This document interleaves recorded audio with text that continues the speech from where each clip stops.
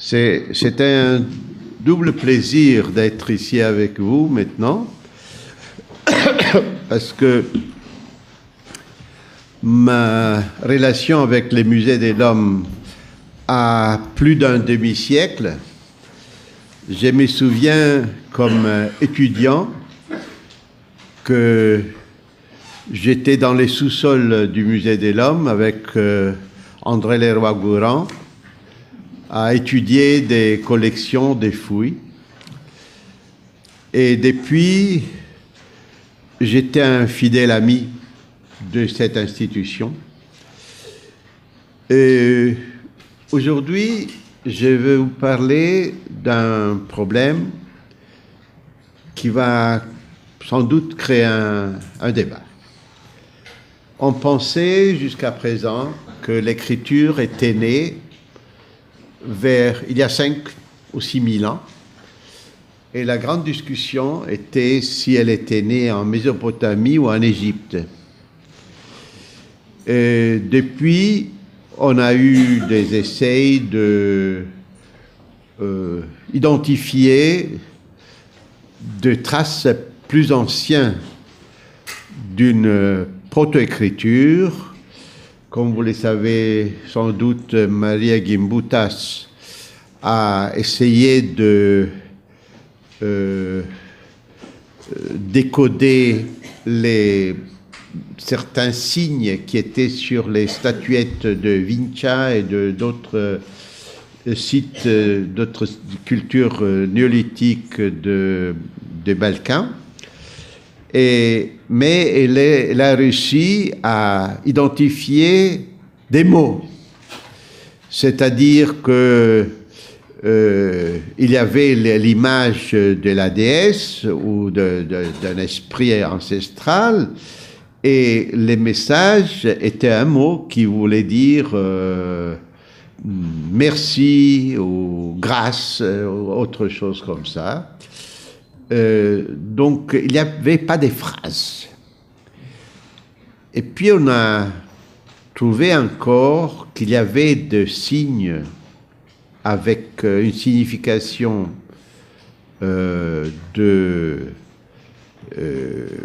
d'écriture, enfin, des mots, dans l'art mésolithique du Proche-Orient, dans les Natoufiens, qui remontait jusqu'à 15 000 ans.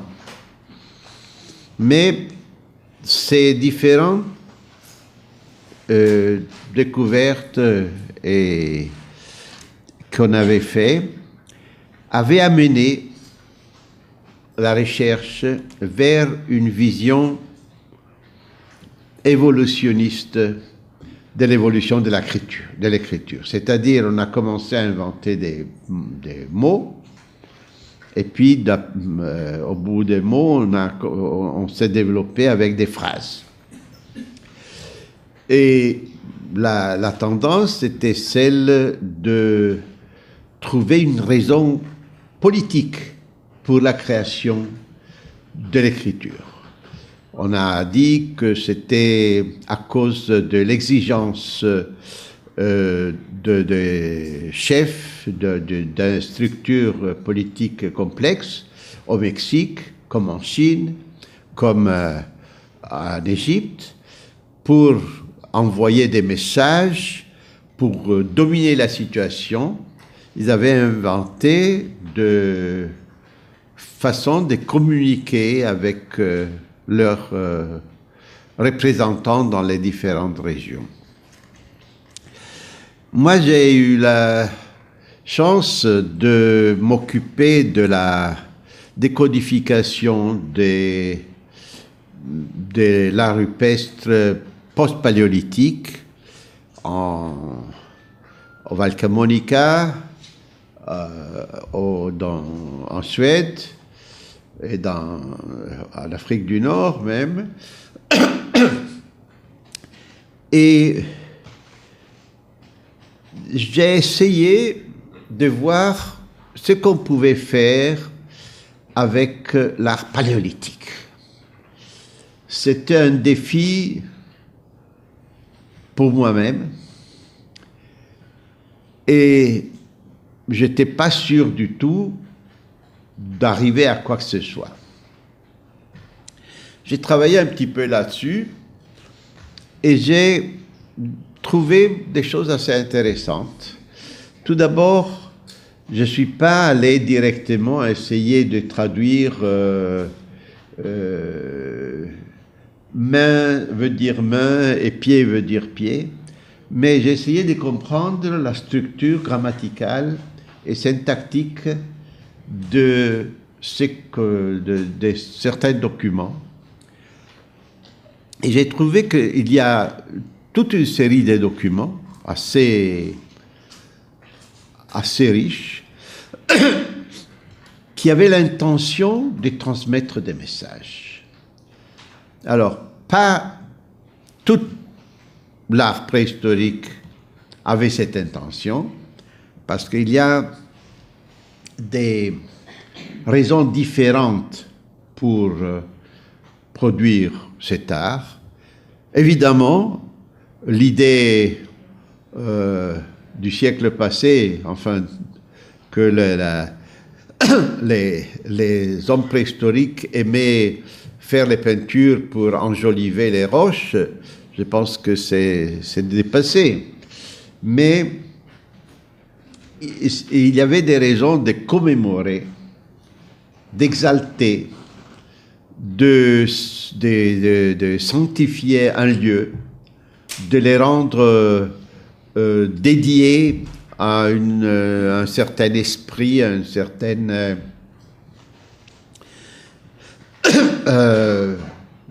il n'y avait pas de divinités, d'après moi, à l'époque, mais il y avait des esprits, des ancêtres, etc.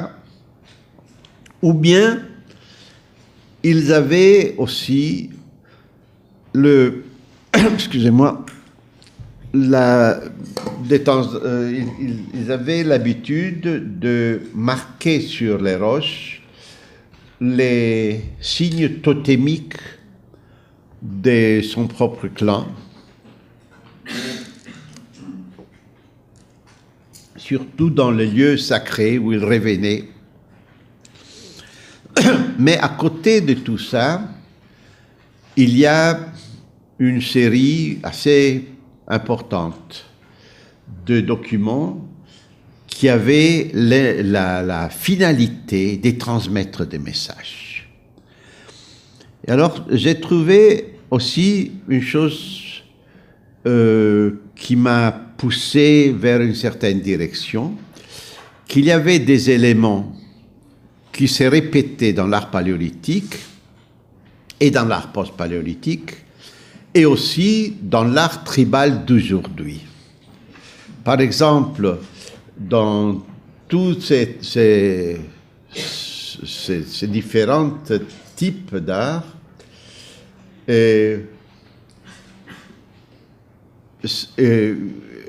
un dessin qui est sur la tête d'un personnage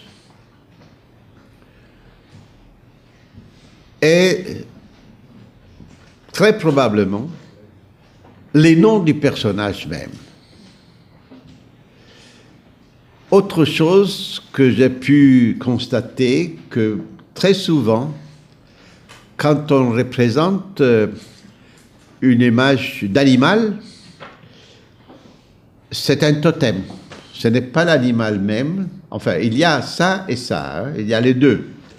Mais c'est le nom d'un clan, d'une personne ou une référence. Les totems, ça peut être un animal, ça peut être autre chose, mais indique l'identité de l'individu ou du groupe auquel on fait référence.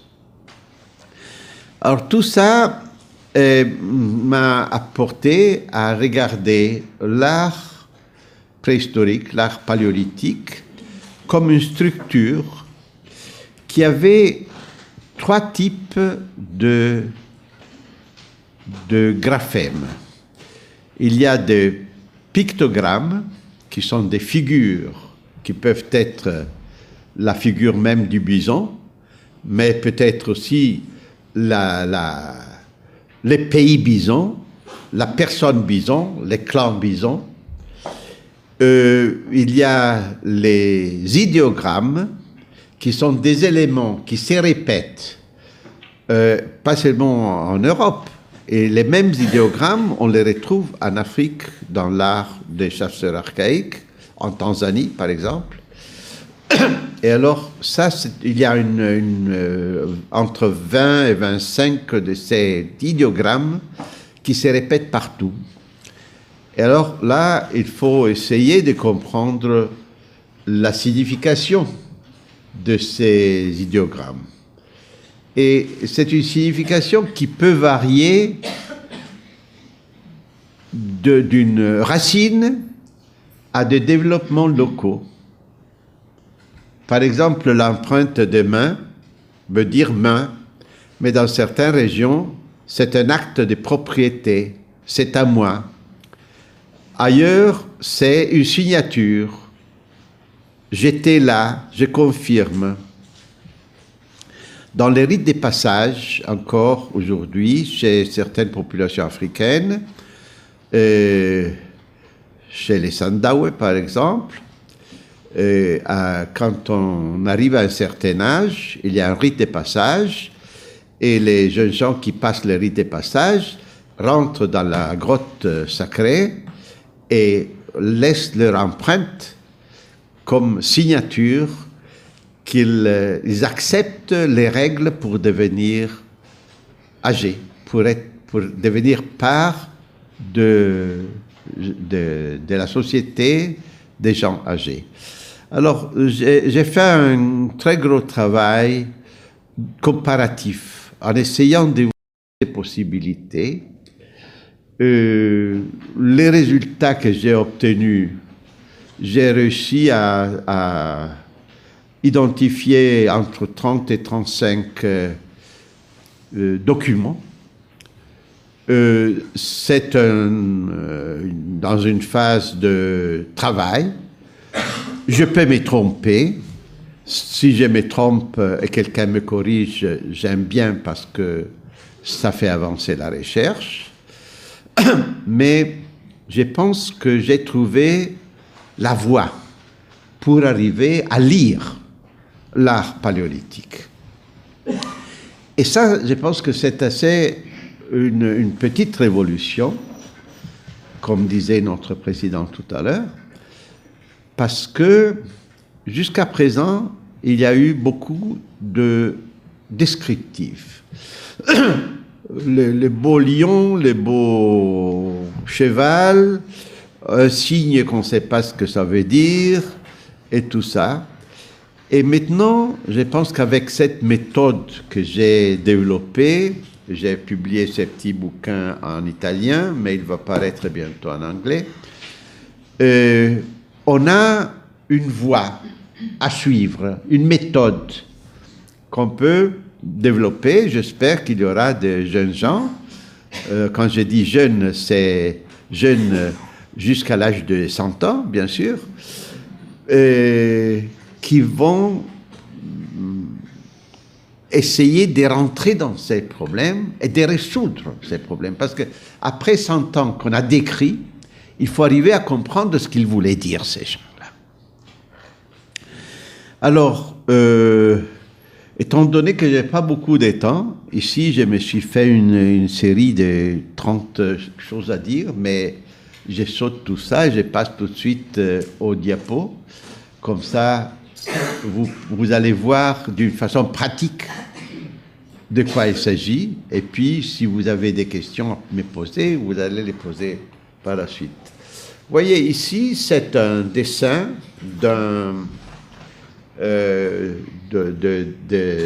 des Américains. Et il y a eu une personne qui a écrit un livre génial que peut-être vous connaissez, c'est Mallory. En 1888-89, il a publié 2 volumes sur l'écriture visuelle des Indiens d'Amérique. Et ça a été pour moi une base, parce que il y a plusieurs façons. Pas toutes les tribus d'Amérique du Nord ont la même façon de s'exprimer. Les Esquimaux, par exemple, ont une façon différente des Indiens des plaines. Mais ça donne des idées. Alors, vous voyez, ici, nous voyons une image qui raconte d'une personne, celui qui a la voix qui lui sort, il envoie un message à l'autre personne. Alors, attendez. La personne qui parle, il s'appelle la tortue qui court après sa femme. Et vous voyez la tortue qui court après sa femme, la femme est un tout petit peu plus petite que la tortue, et il envoie un message à l'autre personnage qui s'appelle Petit Homme, et il a sur la tête le Petit Homme. Alors, le message dit « Viens me voir », et voyez le Petit Homme qui marche vers le père, c'est le fils, « Viens me voir, je t'envoie », et voyez les petits, il y a 52 petites rondes, je t'envoie $52 pour que tu viennes me visiter. Alors, le message est viens me voir, je te paye les voyages. Voilà. Et vous voyez, c'est fait d'une façon assez simple, assez immédiate. J'étais en Arizonie avec un guide local, un Amérindien, qui il me décrivait la signification des gravures rupestres qu'il y avait là. Et il me disait, mais c'est beaucoup plus clair que l'anglais. Alors, c'était plus clair pour lui, pas pour moi. Mais il m'a appris beaucoup de choses.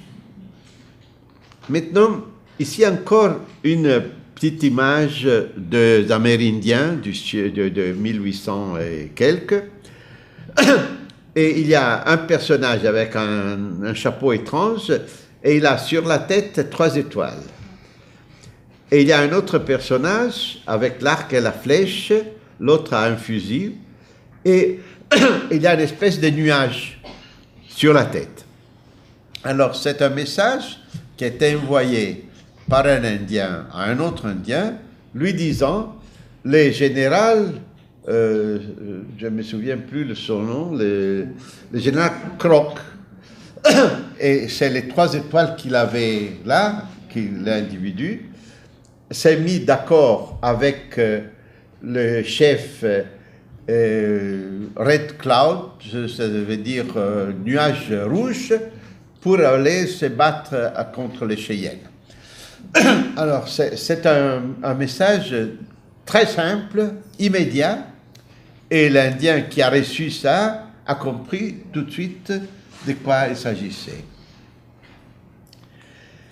Quand on passe à comprendre les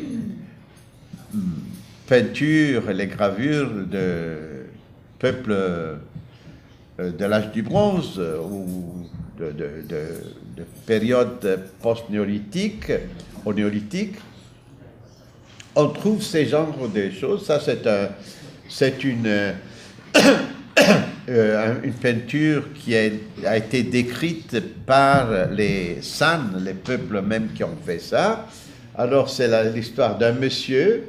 Vous voyez, il a un museau très typique avec une longue barbe ou quelque chose comme ça, qui a quitté la maison. Vous voyez, la maison, c'est les 2 femmes là qui travaillent sur un... Il a quitté la maison, il a rencontré un esprit, un personnage en transe parce que la tête est séparée du corps. Ça veut dire qu'il a un pouvoir surhumain qui lui a dit va, et il lui a donné des indications. Il est allé dans ce qu'il lui a dit, et à la fin, il a découvert soi-même. Et comment on comprend qu'il a découvert soi-même? Parce qu'il a des ailes. Il est capable de voler. Alors vous voyez, ce sont des histoires, c'est de la mythologie sans doute, ce sont des histoires qu'on racontait, histoires populaires qu'on a transmises en peinture. Mais quand on passe, là vous voyez une petite scène d'un homme et une femme, ce sont des gravures de l'Azerbaïdjan qui appartiennent à une phase finale de peuple chasseur. Et vous voyez là le symbole masculin qui est l'arbolé et les symboles féminins qui est les lèvres. Alors vous voyez, les sexes de deux personnes sont décrites avec ces deux symboles qui se répètent un peu partout dans la préhistoire et qui, ici, sont très évidents. Mais quand on passe de l'art néolithique et post-néolithique à l'art paléolithique, on tombe dans un monde complètement différent. Je vous donne là un exemple de 4 pierres gravées du groupe de la Ferracie. C'est un groupe très intéressant sur lequel j'ai écrit une recherche il y a quelques années. Ce sont des pierres avec des signes vulvaires et des animaux. Alors là, les animaux, parfois se voient, parfois se voient pas, mais si vous faites attention, il y a les signes vulvaires, il y a des séries de marques numériques, et si vous regardez bien ici, il y a le museau d'un bison. Même avec les cornes, peut-être, on ne sait pas. Là également, il y a un signe vulvaire, des signes numériques, et encore un animal, un taureau, un bison, vous voyez les cornes et l'œil. Là, il y a le cheval et les signes vulvaires. Et ici, vous voyez les signes vulvaires, et là, se cache dans les coins, là, la figure d'un animal, peut-être avec des cornes. Alors, ici, on se trouve dans un monde différent. Il faut penser d'une façon différente. Il faut penser tout d'abord que dans ces cas spécifiques, le signe vulvaire veut dire femme et le signe, l'animal, veut dire totem. C'est-à-dire le totem, le clan du bovidé, 2 femmes, 3 femmes, quelque chose comme ça. Alors, c'est des actes, peut-être des transactions, c'est des actes de règlement entre différents clans qui marquent leur totem et un numéro tel de femme. Hein. C'est amusant de voir que aujourd'hui, quand vous voyez hommes et femmes dans certains endroits, alors la femme est habillée d'une façon et l'homme est habillé d'une autre façon. Parfois, vous voyez la silhouette féminine avec les chevaux et la silhouette masculine d'une autre façon. Et ici, simplement, on fait les sexes féminins que ça veut dire femme. Hein. C'est une chose assez immédiate. Mais encore, on arrive à trouver des signes qu'on suppose qu'ils soient de baguettes d'information, ce sont en os, ce sont des signes qui nous sont complètement abstraits pour l'instant. Et tout ça, c'est la base d'une recherche. Vous voyez, ça, ce sont des baguettes que ce qu'on appelle de message sticks, des baguettes de message, qu'encore on utilise dans certaines tribus. Et là, nous avons suros de baguettes de message d'il y a 25 000 ans.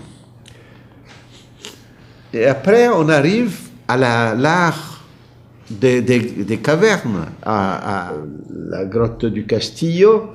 Vous voyez deux phases. Ici, on trouve deux phases différentes l'une de l'autre. Il y a une phase, vous voyez, des animaux, qui est plus récente, et puis il y a une phase qui a une façon complètement différente de voir les choses. Ce sont des empreintes des mains, des figures d'outils, là, des séries de points et de signes abstraits. Enfin, vous voyez ici, on est dans deux horizons complètement différents, sur la même surface. Alors, l'horizon plus ancien, celui de l'empreinte des mains, est un horizon qui est répandu dans le monde entier, et même les associations sont répandues dans le monde entier. Vous voyez ici, c'est en Amérique, de Queensland, vous voyez les empreintes des mains, les zigzags et les outils. Et on saute à l'autre extrémité du monde, en Patagonie, en Argentine, et on trouve la même chose. L'analyse grammaticale nous montre qu'il y a des empreintes des mains en négatif, des objets, des outils, et les zigzags. Ici, en Australie, on passe en Patagonie et on trouve les mêmes choses, associées l'une à l'autre, sur une autre peinture qui est de l'autre côté du monde. Et ce que vous avez vu tout à l'heure, la grotte du Castillo, c'est la même chose. On trouve aussi des associations, cet bloc très fameux de la Pérassie. Ici, vous avez un dessin très schématique fait par l'abbé Breuil, mais par André Leroy-Gounod. Mais il y a des relevés plus précis, mais ça c'est pour vous montrer. Il y a un profil d'animal, vous voyez les profils d'animal avec les quatre pattes, le museau, le corps, un symbole vulvaire, et puis il y a une série de points avec ligne, points qui se rapprochent à la ligne et points pénétrés par la ligne. Alors, nous trouvons la même syntaxe, la même association en Australie. Nous avons ici, enfin le style est un peu différent, mais vous trouvez exactement la même chose. Il y a les pictogrammes, le profil de l'animal, il y a les signes vulvaires, qui ici est un peu plus schématique. Et il y a la même séquence des points avec la ligne et des points pénétrés par la ligne. Alors nous voyons qu'il y a une espèce de langage universel. Et il y a des dialectes, bien sûr. C'est pas exactement... Au début, peut-être, à l'origine, c'était un seul langage qui s'est développé après dans des dialectes différents. Mais quand on arrive à analyser l'art paléolithique européen, on se trouve tout d'abord sur des surfaces où il y a tout. Alors ça, c'est la grotte de la Pileta.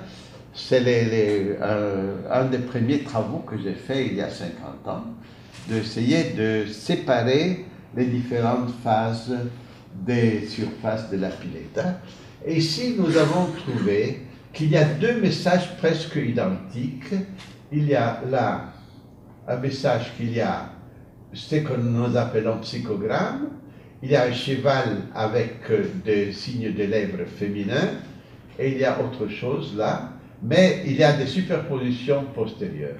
Et si vous regardez ici, à côté, sais pas comment ça marche là. Il y a également les psychogrammes, les chevals avec les empreintes des lèvres. Enfin, nous avons deux phrases presque identiques sur la même surface. Alors ça, c'est un de phrases relevées entier, relevées nettoyées, c'est-à-dire avec seulement la phase dont on parle. Et là, vous avez une séparation des différents éléments qui forment ces messages. Alors, vous voyez, il y a le psychogramme, il y a un symbole féminin, il y a les chevals, il y a les lèvres qui sont encore un symbole féminin, mais ce n'est pas identique à celui-ci. Il y a là quelque chose qu'on ne sait pas exactement de quoi il s'agit. Il y a un autre cheval, et il y a cet animal schématique. Ce sont des phrases. Ce sont des phrases qu'il faut comprendre. Nous passons à l'autre message, presque identique. Vous voyez là les relevés entiers avant le nettoyage. Ici, en bas, les nettoyages. Et là, la série d'éléments que nous trouvons, qui est presque identique à celle que nous avons à côté. Alors ça, c'est pas qu'ils se sont amusés à faire des petits dessins. Ils voulaient dire quelque chose, là. Il fallait comprendre de quoi il s'agissait. Et nous arrivons là à analyser les types différents de la grammaire de cette écriture. Ce n'est pas une écriture phonétique, bien sûr, c'est une écriture sémiotique. Et vous avez là les pictogrammes, qui est le cheval, les idéogrammes, qui sont les lèvres, les symboles féminins. Il y en a 10 là, qui ont été faits par des mains différentes avec des couleurs différentes. Donc on est repassé sur le même endroit et on a remis les mêmes symboles 10 fois. Et après, il y a les psychogrammes, l'exclamation. Oh, quelque chose comme ça.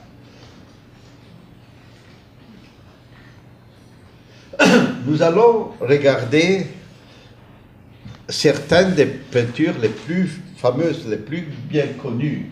Et nous trouvons, par exemple, dans une grotte à la Chimenea en Espagne, une figure féminine avec deux idéogrammes masculins et féminins et les psychogrammes. Et à Lascaux, nous trouvons identique chose, seulement à la place de la femme, il y a le cheval. Alors, on se demande, qu'est-ce que ça veut dire le cheval? C'est quoi le cheval, hein? Mais c'est un même message qui est à 500 km de distance. Et vous voyez, il y a les psychogrammes, il y a les idéogrammes masculins et féminins, comme ici. Seulement, ce qui change, c'est le sujet principal.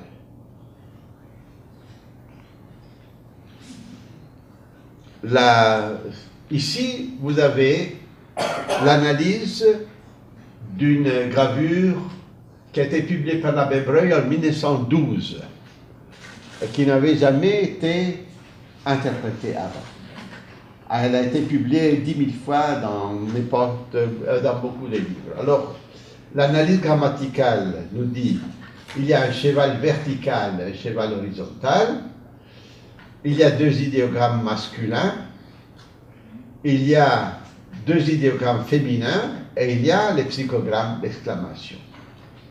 La syntaxe, c'est cheval masculin, cheval féminin, union en haut, mâle, femelle, exclamation, oh. Vous voyez, vous avez ici pas seulement l'information du fait qui s'est passé, hein, c'est Monsieur Cheval et Madame Cheval se sont rencontrés. Bon, et l'exclamation, ça veut dire qu'ils arrivaient à transmettre aussi leurs sentiments, leur façon d'évaluer les faits qui se sont découlés.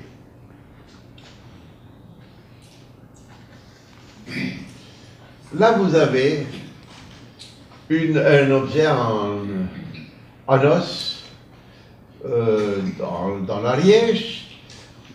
Ici, vous avez un relevé précis. Là, vous avez un relevé schématique. Et qu'est-ce qu'on voit ici? On voit deux animaux, deux têtes d'animaux.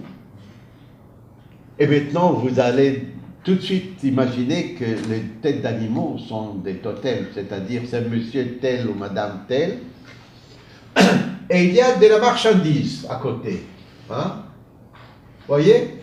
Alors, c'est monsieur Bison a cette marchandise, et c'est monsieur, je ne sais pas quoi, a une autre marchandise. Alors, si on fait une analyse grammaticale, on voit, il y a la gazelle avec un certain nombre d'objets avec, et les bisons avec un certain nombre d'objets avec. La probabilité, c'est qu'il s'agit d'un acte de transaction. Achat et vente, simplement. Hein? La gazelle a vendu, a passé ces objets-là au bison, lequel a payé avec ces objets-là la gazelle. Donc nous avons, ce qui est intéressant, c'est qu'il y a 5000 ans, les premières écritures qu'on avait reconnues jusqu'à présent disaient exactement ça. Hein? 3 sacs de farine, ça et ça. Et ici, nous avons la même histoire, mais simplement 20 000 ans plus ancienne. Là, je pense que, d'après ce que je vous ai dit, vous arrivez déjà à lire ça. Alors, il y a un monsieur qui marche, n'est-ce pas? Et ici, nous avons le nom du monsieur, monsieur Cheval, oh, monsieur tête de cheval. Et il marche vers une tête de cheval. Et il se laisse derrière ça. Alors ça, on peut appeler ça serpent masculin. Ça, c'est territoire. Alors, c'est l'histoire d'un monsieur tête de cheval qui abandonne le territoire du serpent masculin et il retourne chez lui dans le territoire de la tête de cheval. Vous voyez, ce sont des choses assez simples, finalement. Mais, évidemment, tout ça, c'est pour l'instant, c'est une hypothèse de travail sur laquelle travailler. Hein? Mais si on ne fait pas des hypothèses de travail, il n'y a pas d'avancement de la recherche. Et là, vous avez un document qui pour moi est très intéressant. Vous avez un groupe de 8 personnes qui marchent, les bâtonnets sur l'épaule veut dire celui qui marche. Et ça, c'est dans beaucoup de figures. Alors, il y a 8 personnes, il y a sur leur tête les noms de ces gens. Ils abandonnent le lieu qui a les mêmes noms et ils vont vers les bisons. Mais là, il y a derrière une histoire. Ça peut être un mythe, c'est quelque chose qu'on se raconte, qu'on passe d'une génération à l'autre. Mais il y a là une histoire très importante. Parce que ces signes-là, c'est les feux. Et 2, c'est-à-dire pluriel. Alors, les gens de la terre de feu quittent la terre de feu et vont vers la terre du bison. Alors, la terre du bison, c'est là où on a trouvé cet objet, c'est la Dordogne, où il y a énormément de figures de bisons dans les gravures et dans les peintures. Et la terre de feu, c'est quoi? C'est l'Azerbaïdjan, qui s'appelle depuis toujours la terre de feu, parce qu'il y a le feu naturel du gaz qui sort de la terre. Donc, et c'est à l'extrémité orientale de l'Europe. Alors ça, c'est l'histoire d'une migration de 8 groupes ou 8 personnes qui ont traversé l'Europe, qui sont rentrés en Europe du côté de la mer Noire et du Caspien, et ils rejoignent l'Europe occidentale où ils ont trouvé cet objet. Alors, si la chose, on arrive à confirmer ça, on a un document d'il y a 20 000 ans sur l'histoire de la population de l'Europe. Un groupe de personnes qui sont arrivées en Europe de l'Est, de l'Ouest, en Dordogne, ou dans la zone de la franco-cantabrique, depuis l'Europe de l'Est. Qu'est-ce qui nous permet de dire que ce symbole d'arbre ou de feu vient d'Azerbaïdjan? Est-ce qu'on les a trouvés là-bas? Donc, il y a eu plusieurs interprétations de ces symboles, mais il y a plusieurs figures préhistoriques de ces symboles qui représentent les feux. Donc, je pense que c'est le feu. On a dit que c'était un arbre, des arbustes, mais c'est pas réel la chose. Il n'y a pas de figures d'arbres et d'arbustes dans l'art paléolithique en Europe. Donc, je pense que c'est bien le feu qui est répété à plusieurs reprises de cette façon-là. Et bon, l'idée que c'est l'Azerbaïdjan, c'est une hypothèse.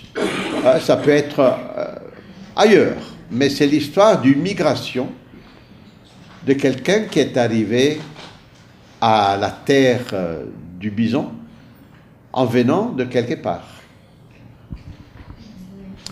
Si, je reviens à ce symbole, si ça représente le feu, pour quelle raison ce feu s'inverse au-dessus des personnages? Ça n'a pas, parce que ça veut indiquer que ces gens-là ont ce nom-là, voyez? Oui, mais pourquoi inverser? Pourquoi le symbole est inversé? L'os peut être roulé de toutes manières, mais c'est inversé justement pour indiquer que c'est eux. Oui, je comprends ce que vous voulez dire, mais Pardon? Pour quelle raison le simple fait de poser le symbole à l'endroit ne pourrait pas indiquer que c'est eux? Pourquoi faut-il inverser? Ce n'est pas inversé, non. Vous savez, vous avez jamais vu un Esquimau graver un os? Il les tient dans la main, il les tourne, et il y a aussi dans l'art esquimau ou dans l'art africain aujourd'hui des histoires comme ça. La direction n'est pas fixée d'après votre logique, d'après ma logique. Hein, c'est une autre logique. C'est la présence du symbole qui compte.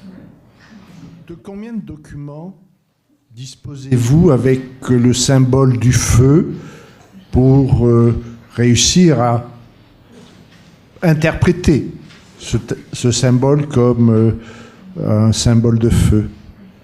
3, plus celui-ci, 4.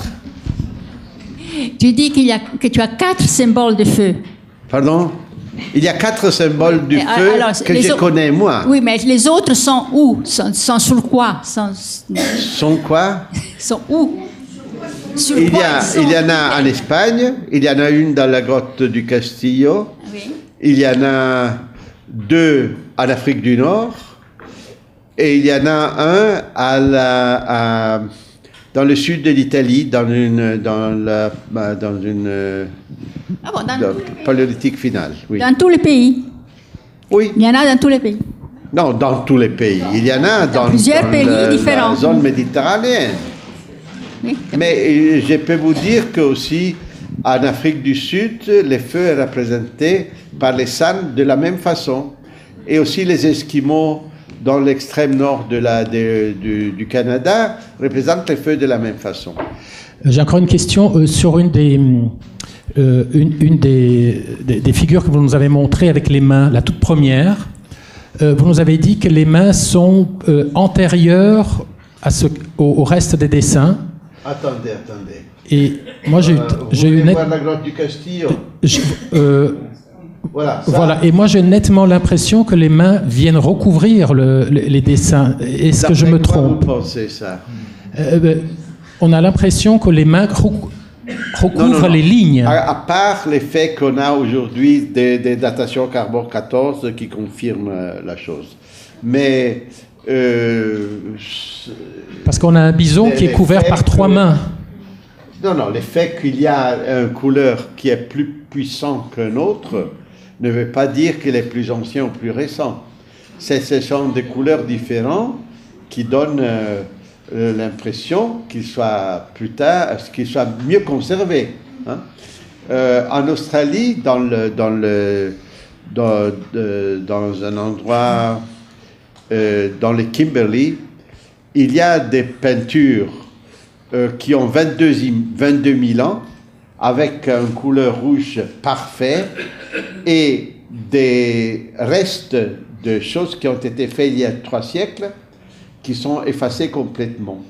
Alors, avant la datation au carbone 14, on pensait que les choses qui sont presque effacées étaient encore plus anciennes. Et maintenant, on a pu vérifier qu'il y a 20 000 ans de différence entre les deux. Et qu'elles sont plus récentes, même si elles sont moins conservées. Dans la dernière gravure, vous dites que le bâton sur l'épaule signifie la marche. Oui. Mais c'est curieux parce que on pourrait mettre les jambes dans la position de marcher et puis ou bien le bâton par terre pour aider à marcher plutôt que le bâton sur l'épaule. Et aussi, on remarque que le bâton est fourchu. Oui. Je ne sais pas pourquoi. En effet. Le bâton est très souvent fourchu à 2. Et ce sont des gravures et des peintures qu'on retrouve en Azerbaïdjan, par exemple. On les retrouve aussi dans plusieurs sites de l'Europe. On les retrouve dans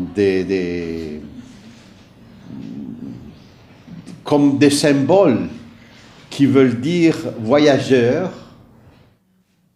Vous voyez, vous connaissez ça? C'est la fameuse Vénus de l'Ocelle. Et vous voyez, qu'est-ce qu'elle a ici? C'est la dame qui voyage. Et là aussi, vous avez ce symbole qui explique. Enfin, là, il y a beaucoup de symboles. Je ne rentre pas là parce que j'en aurais pour 3 heures pour vous expliquer tout ça. Mais pour vous donner l'exemple du même bâton biforcu qui veut dire voyageur. Je voulais savoir comment sont perçus vos travaux par vos collègues. Quel accueil Pardon? Comment vos collègues perçoivent vos travaux, votre découverte, qui est quand même une remise en cause de la datation initiale de la naissance de l'écriture? Comment c'est perçu? Est-ce qu'il y a des congrès, des séminaires pour échanger avec vous? Et pour cette question-là, pour cette lecture que je propose. Dans le fait que l'écriture soit plus vieille de 20 000 ans. Vous voulez savoir qu'est-ce qu'ils pensent les collègues sur cette hypothèse de travail? Bon, je peux vous dire que j'ai présenté ça à 2 congrès internationaux qui ont été... ont presque choqué beaucoup de gens. Ils ne s'attendaient pas à ça du tout. Et je n'ai pas eu de contradictions. On ne m'a pas dit « c'est pas vrai ». Ils étaient peut-être très gentils, ils m'ont dit « il faut y penser ». Mais c'est quelque chose de tout à fait nouveau. Et vous savez que dans ce type de recherche, comme dans la religion, pour changer des idées, il faut des générations. On ne peut pas s'attendre que le lendemain, tout le monde soit d'accord. Mais pour l'instant, il n'y a personne qui m'a dit qu'il n'est pas d'accord.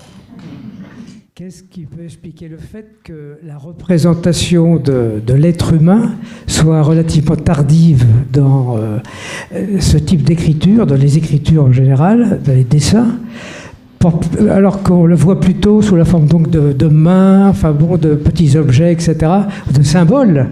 Mais la représentation par elle-même de petits personnages, est-ce qu'on peut dire que c'est tardif par rapport à toutes ces productions ? Non, il y a des figures de personnages dans les paléolithiques, mais comme vous avez vu dans ces figures, et comme vous avez vu aussi dans beaucoup d'exemples d'art paléolithique, les figures d'animaux sont beaucoup plus précises que les figures d'êtres humains. Vous pouvez reconnaître presque la physionomie spécifique de l'animal, certaines fois, dans l'art paléolithique, et c'est très rare, sauf que dans des cas spécifiques à la marche, par exemple, que c'est un art magdalénien très tardif, on commence à voir des figures anthropomorphes qui vous permet de reconnaître la personne, mais ça n'est pas la typologie de l'art paléolithique. L'art paléolithique, pour dessiner une femme, ils font une vagine, ils font et ils ne rentrent pas dans l'expression du visage. Mais étant donné qu'ils sont très coincés sur les images des animaux, ils sont capables de dessiner l'expression du bison bien mieux que celui d'un personnage. Mais la figure anthropomorphe, en tant qu'élément dominant de l'art paléolithique,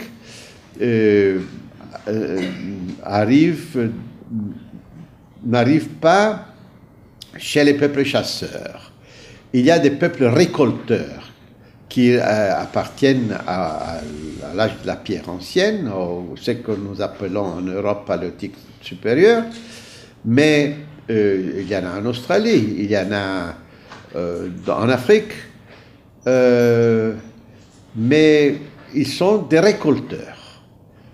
Les chasseurs n'ont pas l'habitude de représenter des images, des portraits. Ça ne les intéresse pas.